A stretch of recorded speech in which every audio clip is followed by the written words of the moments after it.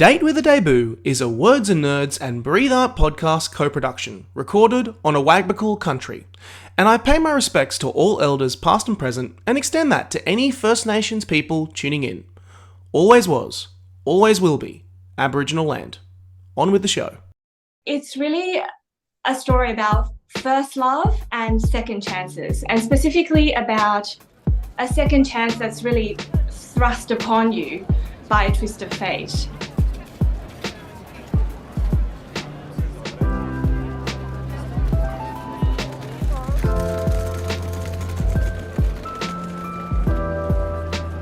Hello, my name is Nick Wasiliev, former host of podcast Tell Me What to Read, author of When Men Cry, and today we are continuing our series with Words and Nerds, shining a light on debut novelists and their journey to publication. If you are looking for a new book to devour, this is the place to be. You looking for writing inspiration, this is the place to be. This is a date with a debut, because nothing hits you like a first impression. Next up in this series, I'm joined by Nina Wan, former journalist and editor of the Australian Financial Review, and her novel, The Albatross, was shortlisted for the 2022 Victorian Premier's Literary Award for an unpublished manuscript. But soon it will be published. It will be out in the world on April 26th through Macmillan Australia. Nina, welcome to the podcast.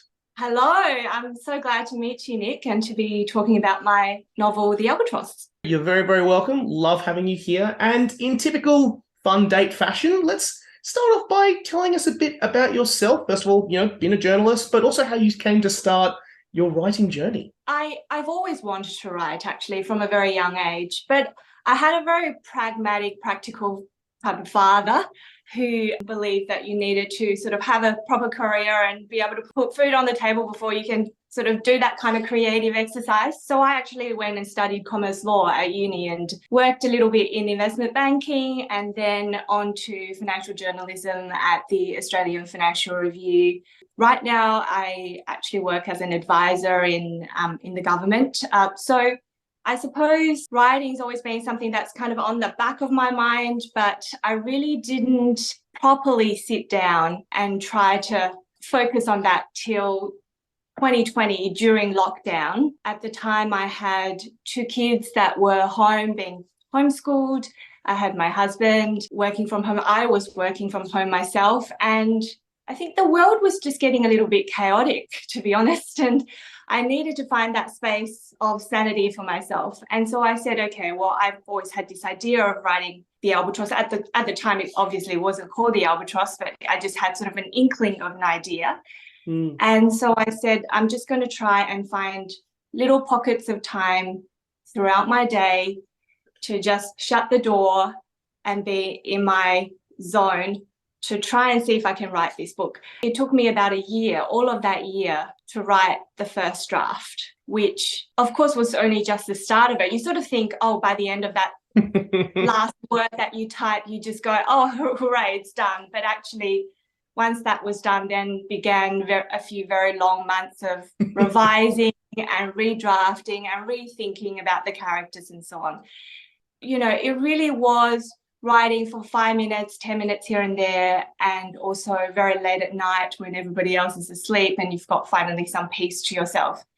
So very erratic way of writing, but I got there in the end. That sounds like an amazing feat, first of all, to the fact that you've had to find time in terms of having the entire family at home, kids who need your attention, and you still manage to find time to squeeze every 5 or 10 minutes every so often to keep that momentum going and to keep that going. So tip of the hat to you. That's a feat in itself.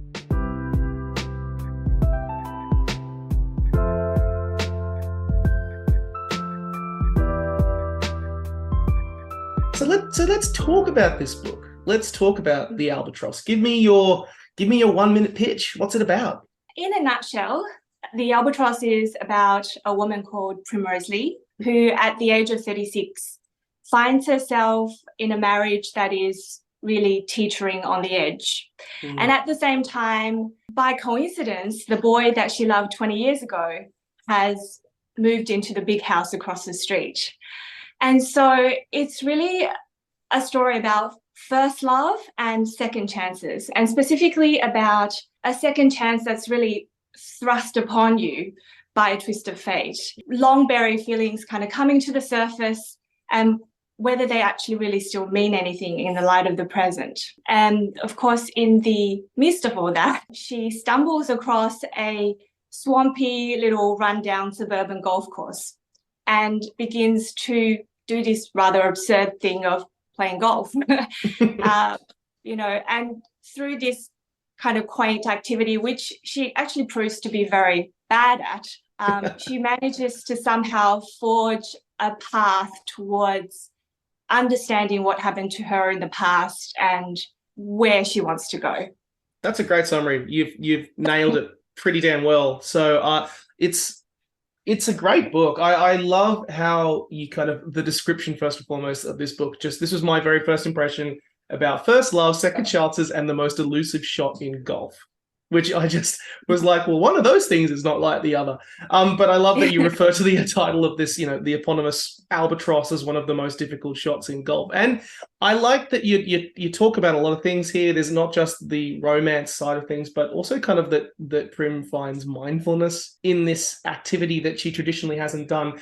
And we'll get to Primrose and Peter and the family dynamic in a minute. But first of all, I just want to ask you about the fact, again, that you frame a lot of this story around the Whistles Public Golf Course and the game of golf itself, because it just when I first saw it and imagined it, I was like, I had to kind of double take back a little bit. Are you a big golfer yourself, first and foremost? And did you come up with this story while playing golf? Or why did it seem right to frame this particular story and these characters around this particular sport? Okay, so golf was really the beginning of the idea for this book. Several years ago, I found myself in the middle of a swampy little suburban golf course. It was called the Elstonwick Public Golf Course, which no longer exists anymore. It was sort of in the last days of its existence, actually, when I got there. And I was there because I found myself in a particularly turbulent point in my life. I had a husband who was really battling with cancer. I had young children and I was trying very hard to sort of hold myself together. And one day my husband kind of said, why don't you take up golf as a way of, I suppose, kind of try and getting yourself out of, this dynamic hole that you're in. The idea was absurd, but I mean, everything that was happening to me at the time was absurd. So I thought, well, it can't hurt. So I went down to the old Elstonwick golf course, and I actually, to my own surprise, found it to be an extremely meditative and actually a very medicinal experience. The first rule in the golf book is to play the course as you find it, and to play the ball as it lies. And so actually it's really a lesson in acceptance, in sort of accepting the environment in which you find yourself and trying to do your best with those elements that are already there for you.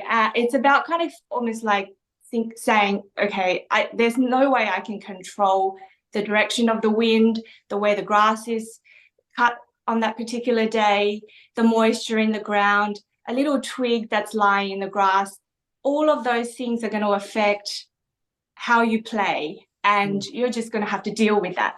And at some point during those weeks that I was playing golf there, it became a bit of a broader realization, which is that a lot of the things that were happening in my life were beyond my control.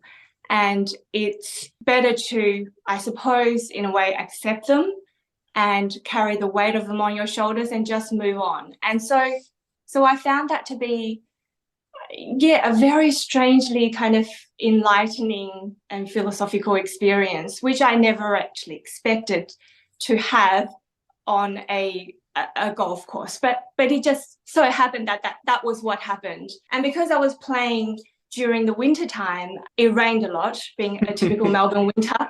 And so I used to play in the rain, and that kind of became the opening scene of the book, which is of Primrose, just doing this absurd thing of getting a golf club and going out into the storm and having a hit. this whole feeling that you touched on. This is the reason why I wanted to ask this. It's translated to the book and made me look at golf in ways that I previously, because I'm not familiar with golf at all. So just the idea of it's a great mindfulness and present moment exercise that fitted so naturally, and it's made me now look at previous golf snippets or whatever that I might have caught it in whenever coming across online, and suddenly going, now I kind of see an extra dimension to this, how this whole thing works, and it's actually, I can now see why it would be a very meditative space to be in, and a great reset if you are going through particularly troubled times. You crafted that extremely well in this book, and it felt like a character in its own way a little bit, this place that Prim could escape to throughout the book. Absolutely. I mean, prior to going onto that golf course, I mean, my impression of golf was really kind of like Tiger Woods, that sort of thing. But actually, if you go to your local public golf course on an ordinary weekday, what you will find is all sorts of different people, and there are a lot of people that play by themselves. So it's kind of like it becomes a solitary exercise where, you're not really playing against anyone. You're just really playing against yourself and your own mental state, I suppose.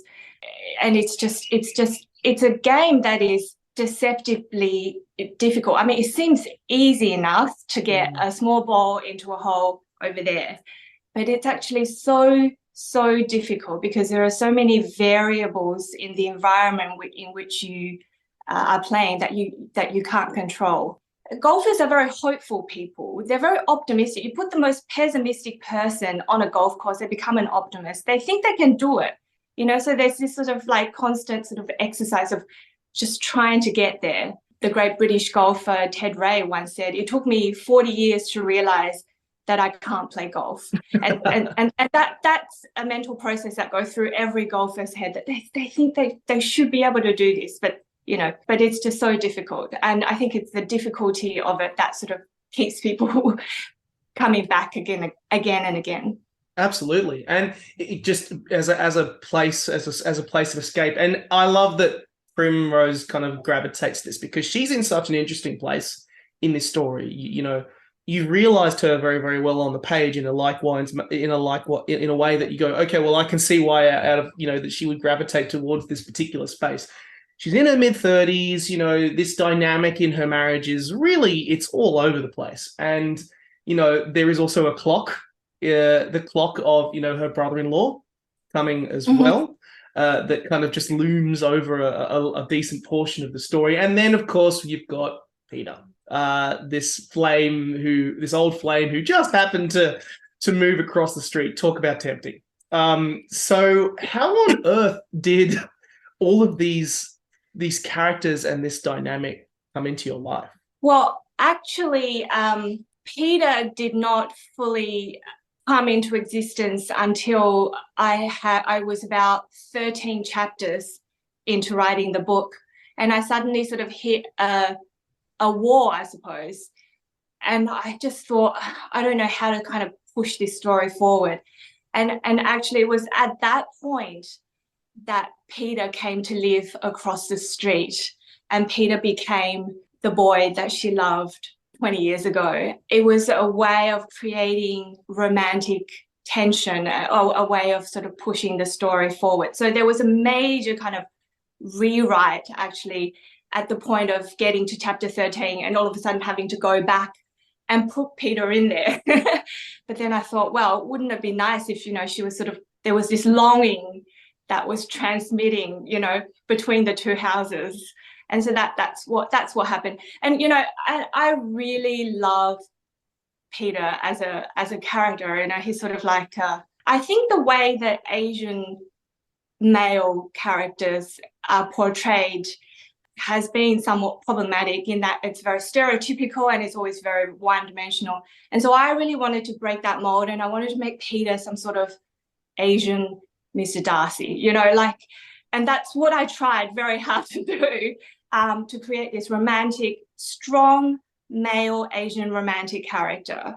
And, there's one particular scene where, Peter kind of he's sort of swimming in the ocean, and it's like, he emerges from the water and proper Darcy vibes. Strip off his wetsuit. Now, was that scene completely necessary? Probably not, but I had great fun writing it, and I thought, it's just beautiful. It was necessary. It was necessary. I like, people will say gratuitous, then I'm like, find joy in books, please, because this was totally worth it. Yes, please. Yes.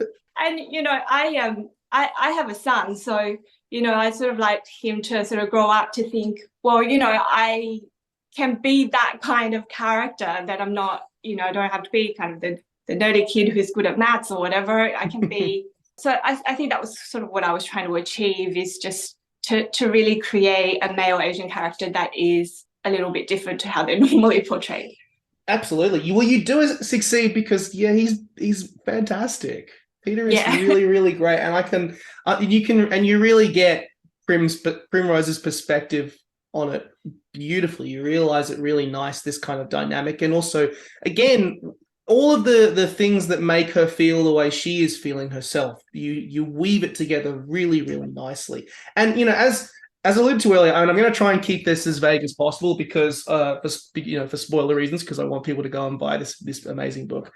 Prim is very much caught in this particular space, and you're in that space in marriage where you've passed the lovey-dovey side of things, and it becomes the work section, the section where it's the day-to-day. And you contrast that really nicely with those, tried and true motifs. Again, I love that you referenced Mr. Darcy, where all of those great motifs come from, of old flames and love and desire contrasting with family obligation, which it just plays my heart like a fiddle. And I love it so much.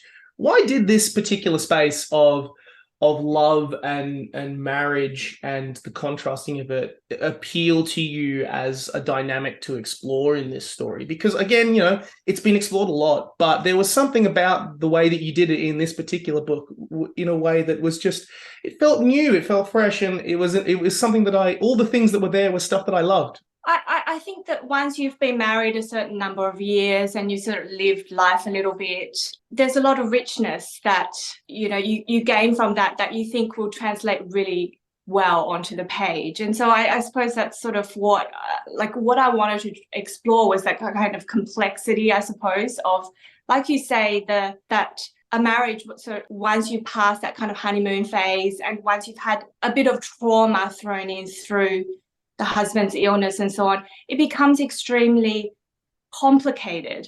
But it's that complication that kind of attracts people, it makes the story more interesting. When I first started writing this book, I thought that it was going to be a book about the journey of these two people in a marriage, somehow that they would come out of this illness and kind of rediscover their love for each other. And it's a story about a marriage being kind of mended, which is kind of like a lovely, I think, idea to explore. But somehow in the process of writing, it just went in a different direction.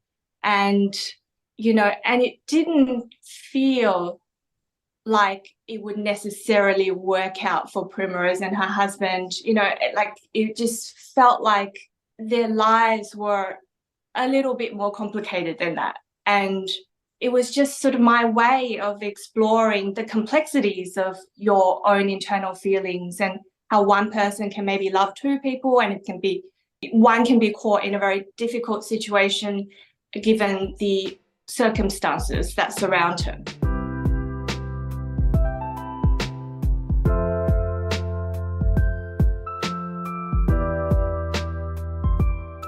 I really wish we could continue to talk about this book, but I really also want to ask you about your journey to publication as well, because as we mentioned at the top of the podcast, this book was shortlisted for the Victorian Primrose Literary Award for an unpublished manuscript. Congratulations, by the way. I think that speaks volumes about the book. What was that journey to publication like? You write this book, you have your first draft, you've obviously gone through a very vigorous editing process. What happened next?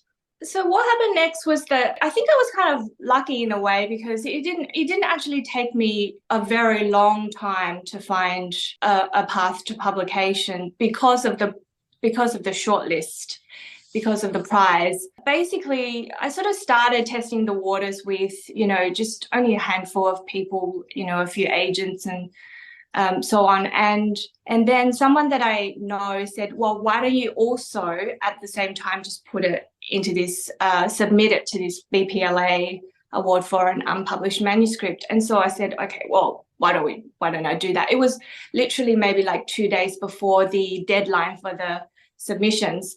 So the timing was there. And so I sent it in, and I didn't really hear back, and I didn't really kind of expect to hear back, I suppose. Then a few months down the track, someone called from the Wheeler Centre and said, oh, you got shortlisted. And I didn't quite appreciate how much attention it would get through the shortlisting, actually. But when the shortlist got announced, there were several people that contacted me and said, can I read the manuscript? So I actually found a publisher through that very quickly. The whole thing kind of caught me by surprise, actually, how quickly the book found a home, which was lovely, but it didn't really happen the way I thought it would happen. I thought that there would be, I suppose, a lot more kind of me reaching out to publishers and getting a lot more rejections and so on. So in a way, it was nice to have avoided that. But I don't want to make it sound like it was just like a very easy and short journey to publication either, because, prior to that, when I was 17, for example, I wrote a manuscript which sort of never really went anywhere. But so I guess what I'm saying is that it still took what feels like a lifetime to get there. It's just that with this particular manuscript, the Albatross, the process was not as long and arduous as I thought. It does sound like an absolute dream run. I mean, if you get, often the stories of getting published and going out to publishers and seeing how you go. I mean, it is a cliche, but it is also true, because it's tough to get published. It's fantastic that you were able to land that shortlisting. Would that be what, in terms of that whole process, would that be kind of your key advice for kind of first-time authors, for example, who are kind of learning and trying to put their own manuscript into existence?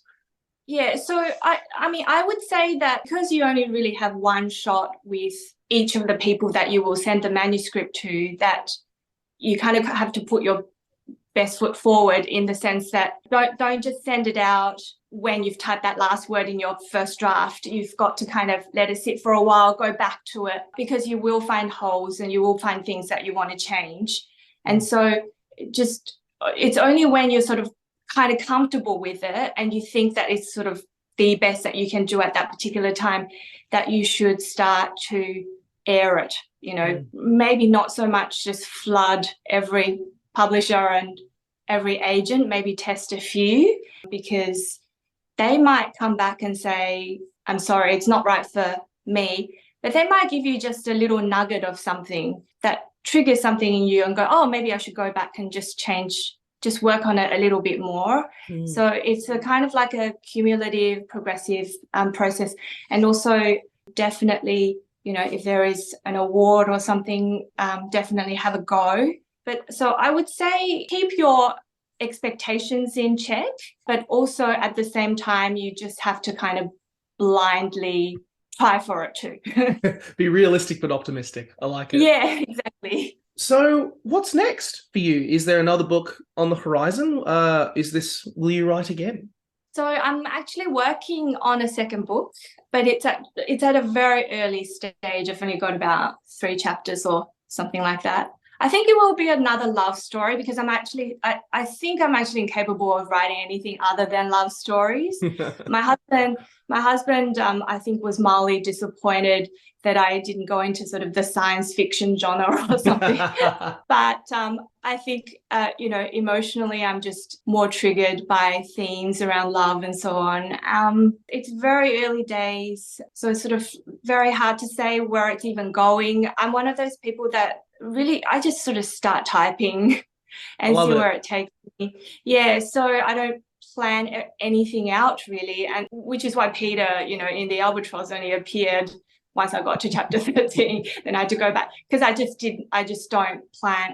I think it's just the way I work best, and I guess different people will work differently, but so we'll see, and that's, we'll see where it takes me, but that's the exciting thing, is sort of starting to write something and actually not knowing.